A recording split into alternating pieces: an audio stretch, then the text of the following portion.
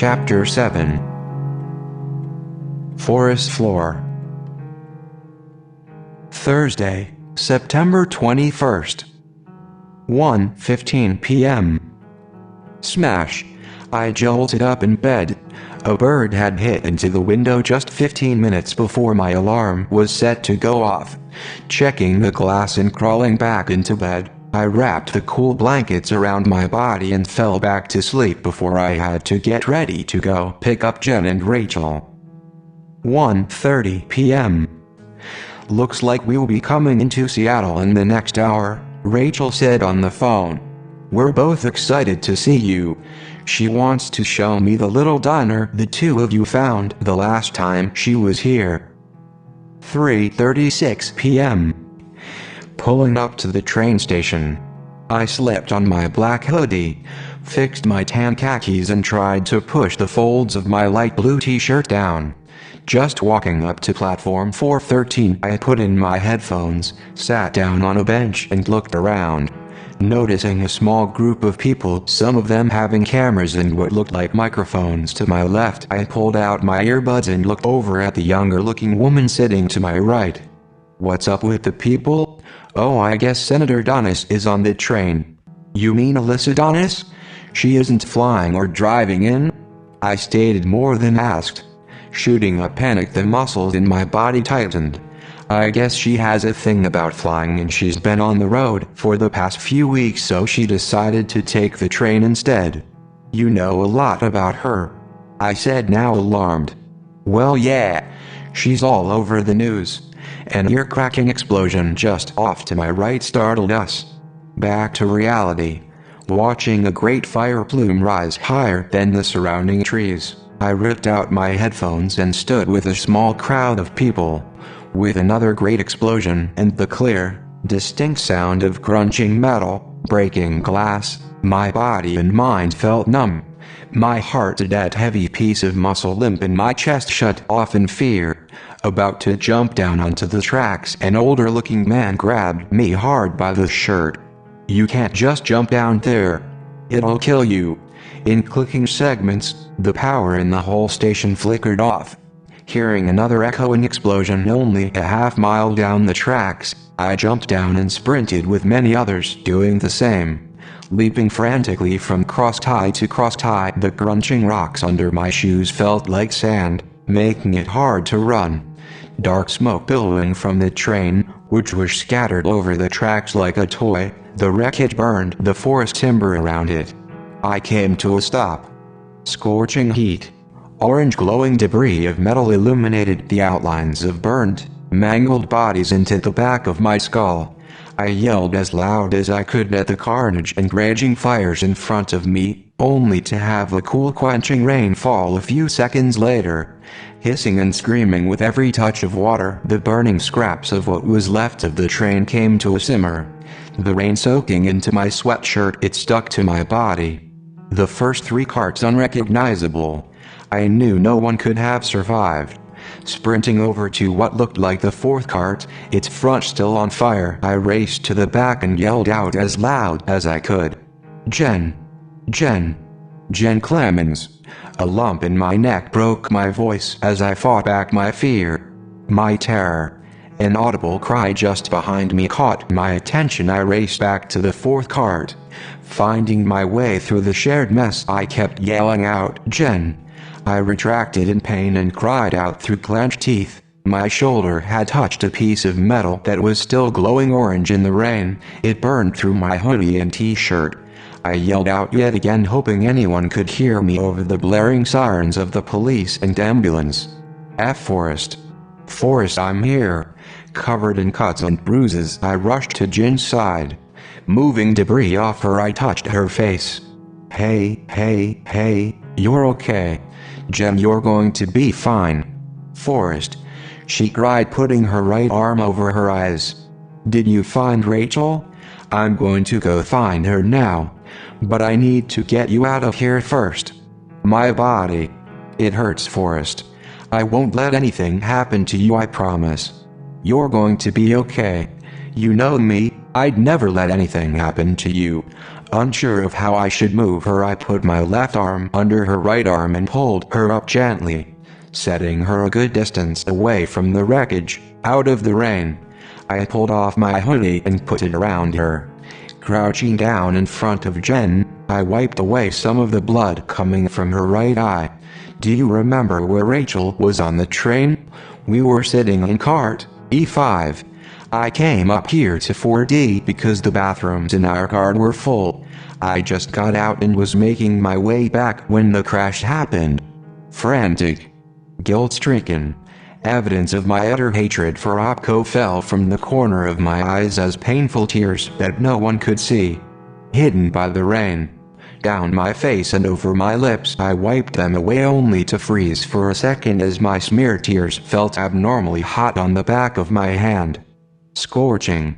They felt hotter than the searing burn on my arm. I kept moving. 5E.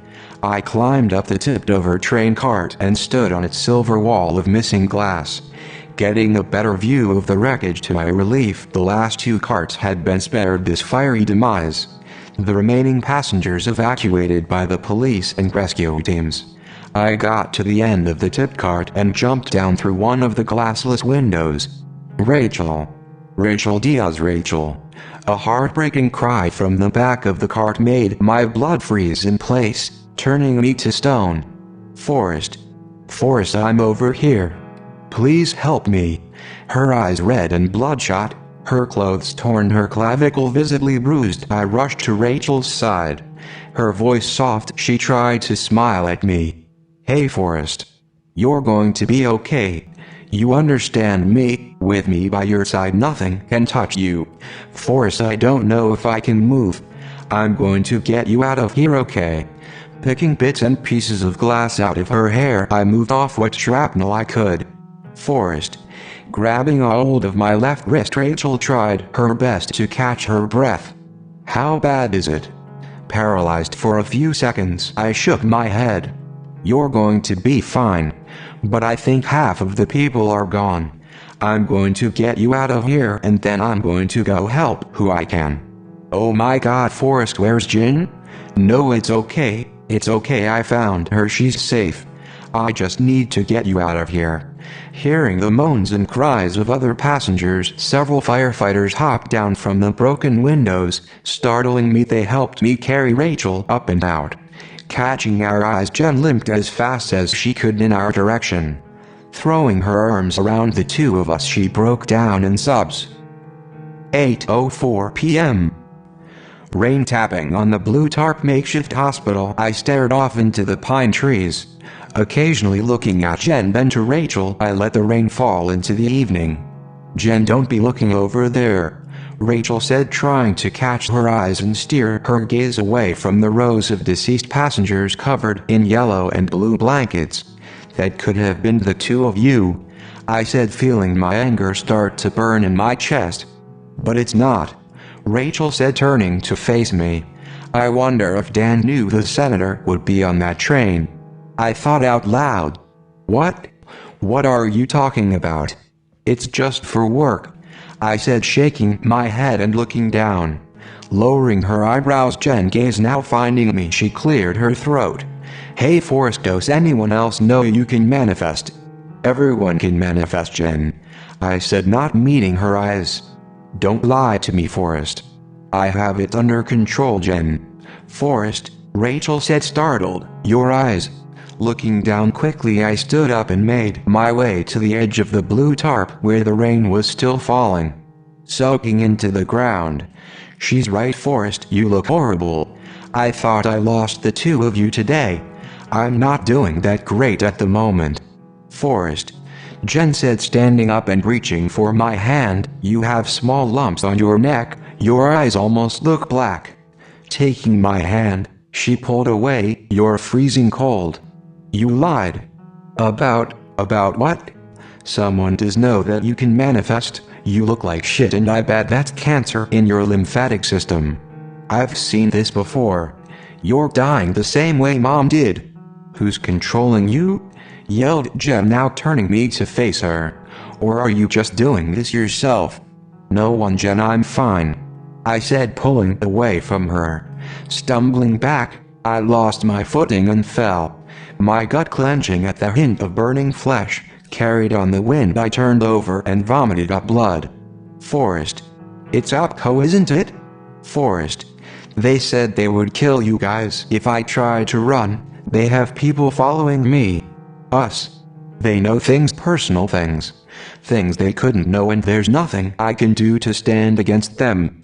They have manifestors of their own. My threats are empty to them. Forrest, you're so sick, we need to get you to a hospital. Sunday, September 24th. Asterisk. Breaking the silence, Jen came to sit across from me. You didn't tell Derek? No, he's away. I didn't want to bother him. You don't want to be here? Jen asked, following me with her eyes as I got out of the hospital bed and walked over to the jet black night-tinted window. Nobody ever wants to face their nightmares. Do you? I asked, looking at her tired face. Walking into the empty hallway, I landed against one of the white walls and slid down it. Coming to sit just in front of me, Jen gave me a soft smile. You keep looking over to your right, Jen said, leaning forward and touching my hair. He's not going to be there unless you want him to be. I don't know what you're talking about, I said, rubbing my painfully red eyes. Still smoke burned.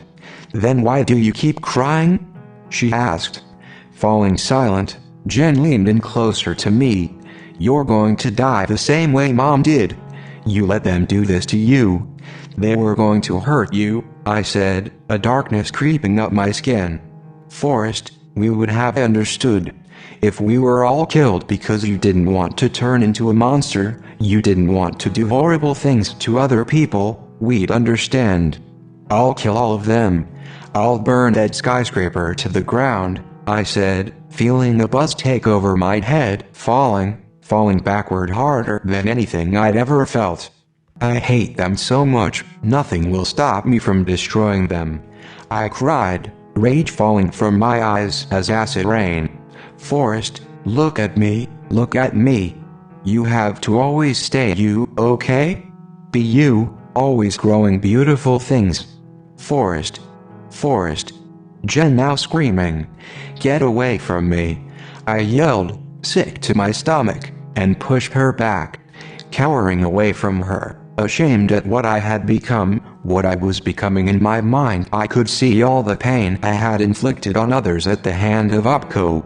The poison karma that I had been sending out darkened my skin. Now gray, it peeled off in painful sheets. My bones disconnecting as my ligaments popped and rolled apart. The whites of my eyes bloodshot, faded into a jet black. Forrest, remember when Mom left us at the shelter? We sat at the door waiting for her to come back. You sat next to me the whole time. You didn't cry even though you wanted to. You'd smile over at me, and for several moments I didn't feel so lonely. Jen cried through tear-soaked hair strands that stuck to her face. Slowly fading into unconsciousness, I slouched over, letting my body go limp. My heart, a blood-soaked piece of meat, heavy, drenched in anxiety, finally came to a rest in my chest. Forrest, please. Don't leave me here. This is your nightmare. You said you wouldn't go to heaven without me. 7:29 p.m. Ripping up in bed. Wild. Yelling at the top of my lungs, I painfully pulled at the IV in my arms and tubes in my nose. Jen. Forrest. You're okay. You're okay. You need to rest. 8:59 p.m. Abrasive. Harsh. The smell of hospital linen and cleaner erupted a painful nerve in my head that pulled me awake. Slowly opening my eyes and looking around the room, cold and empty, it made me sick to my stomach. Mr. Clemens, I'm Dr. Shaw. How are you feeling? A young woman asked, walking in. What happened? You went into cardiac arrest several hours ago. We were able to get you stable. Everything seems to be working okay, for now. Forrest, You're showing some alarming signs of cancer. Your liver looks extremely damaged. You were severely dehydrated. You were convulsing, having seizures. Forrest, do you know where you were before this? Yeah, I was talking to my sister. You suffered what we call Takotsubo cardiomyopathy. What's that? I asked, sitting up a little. Broken heart syndrome. At your age, everything should be in working condition, but your heart is extremely weak. It says here that you had an incident a few years ago that landed you in the hospital. You said it was connected to the passing of your mother. Sitting down, she took a deep breath. I'm sorry about the train accident, but I hear your sister and Rachel are doing well.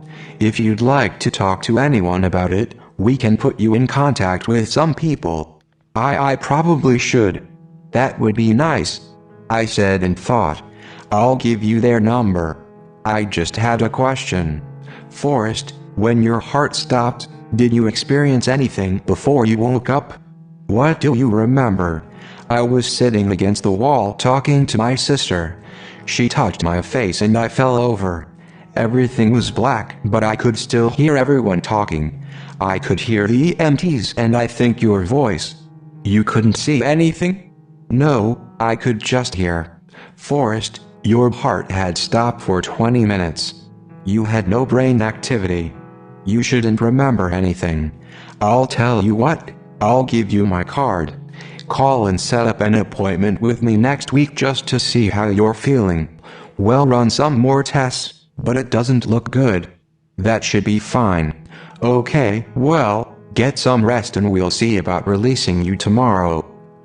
Monday, September 25th. Gathering together my stiff body, I slowly moved to the edge of the bed and slipped my clothes on. Unable to fight the tears gathering in my eyes, I walked to the window, Derek's reflection coming to stand next to me. Derek, look at the clouds. They're really something. Mr. Clemens, a nurse's voice from behind startled me. I wiped my eyes. She handed me a clipboard and had me sign it. A soft knock at the door, a man dressed in a loose suit and tie walked in. Taller than me, I recognized him through pictures and faded memories. Greg? Hey Forrest, I just wanted to see if you were okay, he said, sticking his hands in his pockets and taking a few steps in. Wiping my painfully sore red eyes, I gave him a weak smile. I've had better days. Where's Dad? Shaking his head in silence, he took a deep breath. Marla didn't want him to come. What do you mean? Marla and Mom, Forrest, they never got along. So he listened to her. She's been there for us, Forrest, you mean you. Feeling a swell in my neck, anger burned in my blood. I hate that one of the only memories I have of you is when you saved Jen and I. That was a long time ago. Time changes people. I've been talking to Dad and he told me something. Forrest, you're just like Mom? No, I said, taking a step back from him. Not in every way. What would you know? In the end, she was a good person. You left before you could see that. So you can do what she could. You have her influence over things. Over nature. People lives. I don't want to. I don't want it. I don't know how to use it. So did you kill those people on that train? Did you almost kill Jen? I dared not move. Shaking his head in disappointment, Greg walked backward out the door. That's what I thought. You are just like her. She could never own up to her actions either. Hanging my head, I put my hands to my face and cried into them as Greg turned his back to me and walked out. Tuesday, September 26th. 9:45 a.m. Saying goodbye to Rachel and Jen, we had spent our entire time at the hospital, going over tests and plans that involved Jen staying with Rachel for a little longer if my health didn't hold up. Sitting in the SUV with them that morning at the airport, I tried my hardest to smile, to let them know things would be okay. Talking to them in my head, I promised them and myself that I wouldn't continue to go down this same path. But Jen, angered and silent, gave me the cold shoulder, wanting me to stand up to Opko. She had nothing more to say. Getting out of the SUV, I helped with the bags. Checking the time, I tried to remember the closest doors to their terminal. "You were supposed to be different," Jen yelled suddenly from my right. Shoving me back hard, I stumbled away from her and fell. "You were supposed to be different. Now what am I supposed to do? Sit here and watch you die while you wallow in your regret? I'm your little sister. When I was born, you said you'd be my best friend. Jen, I am your best friend. Then why are you treating me like I'm the worst thing you've ever seen? I tried doing this for us. For you. No. Forrest, don't put this on me. Jen, No. I don't want you to come to the terminal with us." Giving Rachel her bags, I took a step away from them. Wiping her eyes, she turned away. Some superhero you turned out to be. 11 a.m. "Forrest, you're late," Dan said as I walked past him. "Yeah. I didn't want to be here." Lifting my head and staring straight out the window in front of me, with bags under my eyes, shaking hands, dried lips, I looked at Max and Taylor in the reflecting windows. "You guys brought me here, didn't you? You never gave me a choice. If I tried to run and hide, you guys would be able to find me, wouldn't you?" "What are you talking about?" Taylor's voice, uncertain, broke from my left. "I'm not stupid. I know you guys pulled me in." "When did it start?" "Last year," Max said, putting his head down. "We only started actively searching last year for a third. That's when we picked up on you. We didn't know you'd be here already. We didn't pull you to Seattle." That brings me to my next question. Mr. Barton died fairly fast. Not saying anything, and anger burned in my chest as I yelled out my question, again demanding an answer. "Did you guys have anything to do with that?" "They gave us his photo," Max said, standing up. "Forrest, we're sorry. They never told us what it was for. We just have to do it. You know this." Focusing on Taylor and Max, I did the only thing I could think of. Applying pressure to their hearts in my mind's eye. Blood instantly pouring out of their noses and ears, they grabbed their chests. "Forrest, stop!" Taylor screamed. Standing up, she ran to the door, falling over before she could reach it. Max, now convulsing, lay by his chair. Quickly surrounding me, guns drawn, Dan came walking in. "Forrest, I will have them kill you in the next 4 seconds if you don't stop." Lowering my head, I let the tears fall into my lap. I knew Max and Taylor weren't the ones I should be mad with. I just wanted someone to suffer as much as I had. "You can go home. You won't be getting paid for the next 2 months, Dan glared at me. Standing up, I stopped at his left ear, my lips only inches away. "I know about Mr. Barton. How you got rid of him to get me here. If you ever hurt someone I care about ever again, you better kill me after you do." Wednesday, September 27th. 5:15 p.m. The clouds low in the evening sky, I lifted my fingertips up to them as if I could reach them, touch them and somehow bring them closer. Coming from the empty plaza where the flower bed was, past the empty parking garage, I pulled on a gray sweatshirt and made my way through the winding roads that led to the house. Tucked into a forest-covered hill, the white house that I wanted so desperately to feel like home felt abandoned, empty. Sitting in my car until Derek came out of the house, I aggressively rubbed my eyes and pulled myself together. I came to sit next to him on the deck. His light blue plaid shirt sleeves rolled up, always the same way. He put his hands in his pockets and sat down. "I just wanted to tell you that I'm scared. I just wish you were here. Why do beautiful dreams always seem to go by so quickly? You'll be gone tomorrow, flying as fast as you can to some other city. and I'll be here, wishing you would have taken me with you. I want to live this life with you, Forrest. What life? Derek, there's nothing here, I said, looking behind me at the front door. I haven't been feeling too well, Derek. His voice deep hesitant, he spoke. I'll take care of you. It's more complicated than that, I whispered. What do you mean?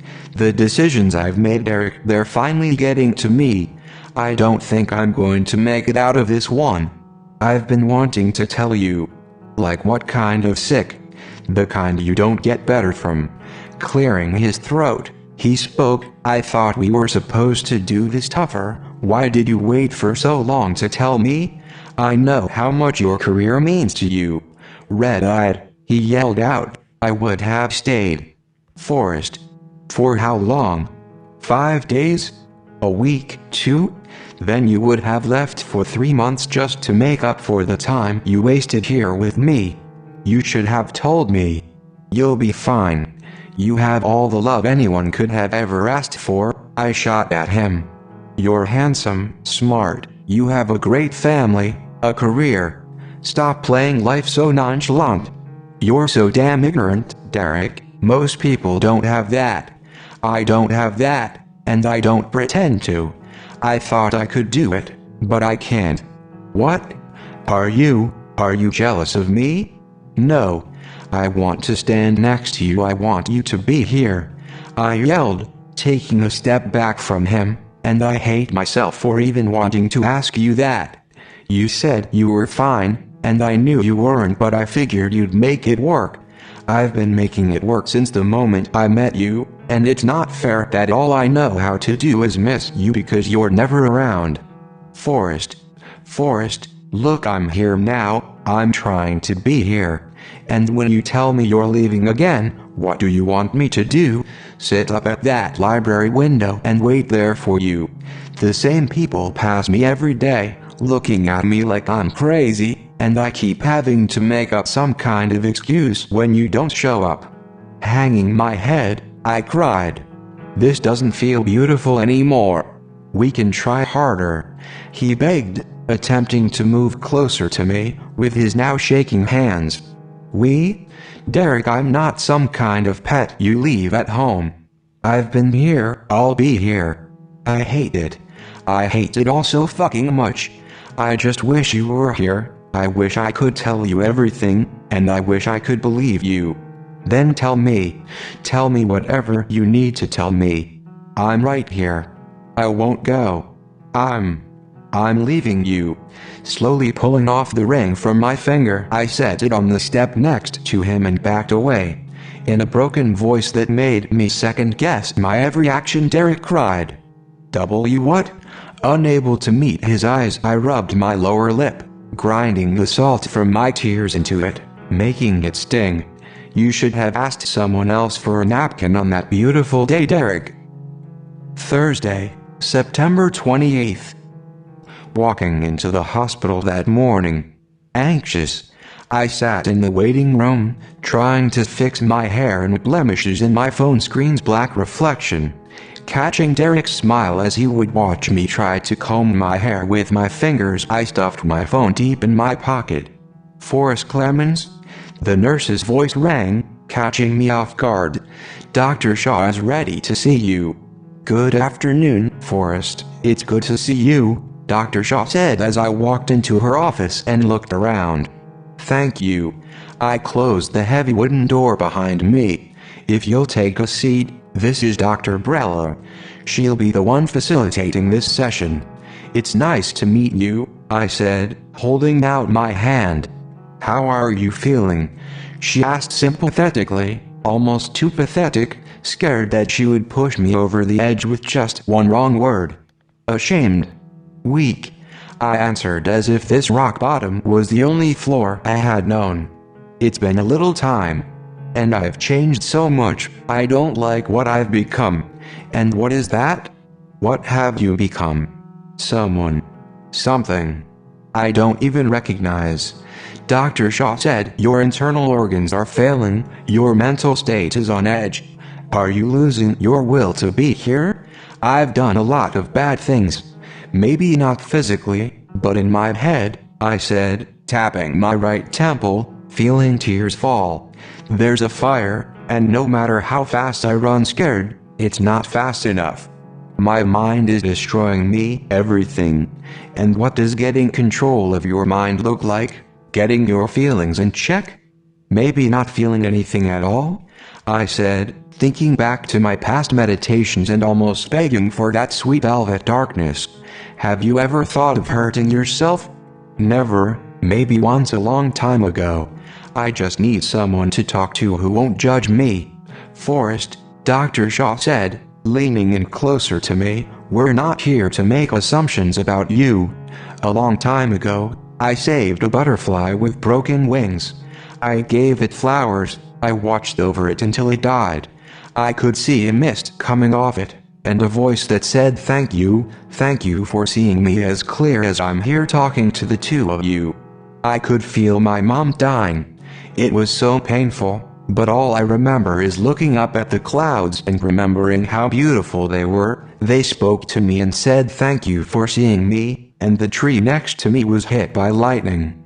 It was just a knowing, as if I was remembering something that I had forgotten. I was supposed to grow beautiful things, help people, nature, but I didn't do any of that. With a crash, one of the mirrors that hung on the wall fell into the carpet and thankfully didn't shatter. They both looked at me, confused. I kept talking. That happens a lot, around me. It's not broken. It should be fine. Dr. Shaw walked up to it. I should have what? Grown beautiful things. I don't mean this to sound arrogant, but I get whatever I want. It won't last long anymore. Why's that? I didn't hold up my end of the deal. Now I'm just a threat to nature. My body's being killed from the inside out. If you feel like you don't have that much time, you should make the best of it. Become something you can recognize again. What do you love about yourself? Dr. Brella smiled over at me. Nothing at the moment, I said, hanging my head. Think back. The clouds and butterflies chose you for a reason. They thought you could do good. What did they see back then? I wanted to save everything, everyone. I was sad because every day on the news around the world, something was happening that was always out of my control. If I had the power to, I'd be there helping. I was the kid who would give all the stray animals names, loved when they came around and it rained when they didn't. I loved the trees. I also gave them names, sang to them. I respected the rainstorms that passed over the grasslands and was in awe of their power. I'd visit patches of flowers every day and talk to them, hoping none of them felt too lonely. I'd know where all the butterflies were. I liked me back then. Is it too late to go back? To be that person again? Dr. Brell asked. Yeah, my mother could do what I can. She was a real superhero at the end of her life. We could place you in hospice for the remainder of your days, Dr. Shaw said, leaning forward and touching my knee. If you'd like, Forrest, I know they take really good care of you. It must be so heavy for you, walking around with all that sadness on your shoulders, carrying it around like it's a part of you. No, I found steady grounds in the form of a handsome man. I want to spend the rest of my time there, next to him.